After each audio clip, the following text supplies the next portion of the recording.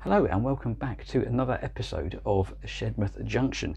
As you can see so far, not a lot has changed, and it's going to be a little while before that sort of thing happens, but I thought I'd make a little video here. This is quite exciting stuff, and I think I've got like a little bit of a brainwave. Now, I'm so keen to get this underway, but I want to take my time and do it properly and plan stuff out. But in the meantime, I need somewhere where I can run some locomotives. So I've got a plan. And that plan is to have a single line that runs on the high part of my shed underneath this shelf and right around the side. I found a little bit of track from an old set, and I bought a couple more bits while I was at Hornby the other day, trying to work out lengths of what I would need for my main layout. And I reckon I've got plenty of scrap wood down here from when I built the shed and you know, the bench and that sort of thing. And so I think, with a bit trying to use up some old wood rather than waste it, I reckon I can actually produce some kind of line that runs around here, just somewhere I can run some locomotives, not any great speed, just to you know, keep my enthusiasm on a massive high, and actually watch some engines go around this shed while I dream up what's going to come next. So yeah, we're going to cut some wood. I had a little go with the jigsaw during the week. And I've got some old batten here, which I reckon is probably about railway width-ish. And then I've got some curves, and don't laugh at my cutting skills. I'm no special person with a piece of wood, but jigsaw curves. Now these are not overly pretty. You can see they're not exactly what you might call uniform. They're not the best in the world, but they're wide enough to hold a piece of track.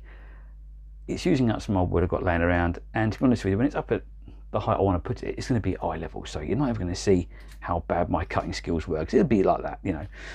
I'm going to work out a little way of supporting it and put some track up around the edge of the room. Okay, so without further ado, I'm going to go and get my saw out, and this is completely off the cuff. I've not made any measurements of anything or at all. All I've done so far is put some track on a curve and draw around it and cut it out with a jigsaw.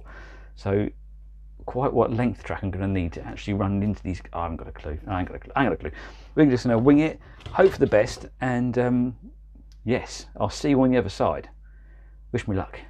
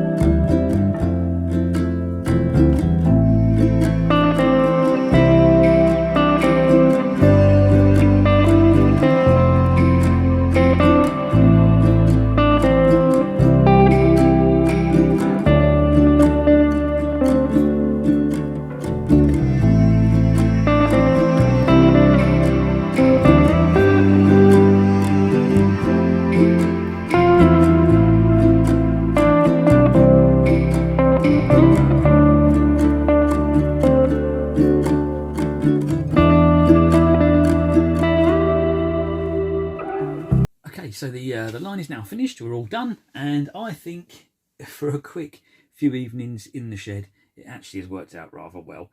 Don't get me wrong, the quality and the craftsmanship of this little railway, shall we say, is nothing like the level that I want to get the main layout to. This is just a quick, simple, knock it up, put it on the wall, and have some fun with it. Like I say, doesn't resemble anything like what's going to be the main part of my setup. But there you go. It's all a bit of fun. It's all working, and I think that the first loco to test on it has to. Well, I was going to say it would have to be my Flying Scotsman or a Flying Scotsman. I've got one or two. Seeing as that was really the locomotive this year that really kind of inspired me to do this whole idea. But I found this a few weeks ago. Didn't even know it existed. Didn't know it was a real locomotive. Had no idea. By pure fluke, found one. Yeah, it's an A3. But it's actually named after my hometown of Sandwich, and I had no idea it even existed. Just happened to be browsing through the internet and just found a locomotive called Sandwich. Incredible. It's being sold on one of the Facebook pages on its own, and I bought the locomotive thinking, fantastic, that'd be really, really fitting, and look really good on my little railway. However, I then went onto eBay, and again, this is still pure fluke, but I found somebody selling the box with the coaches and minus the locomotive. So as soon as I had the locomotive already, it was kind of rude not to. And then blow me down, a few days later, I found someone selling the coach pack for 30 quid. So again, box is a bit tatty, but what's inside of it is absolutely mint. And yeah, I think that's going to be the first locomotive to hit these rails. So let's give it a go.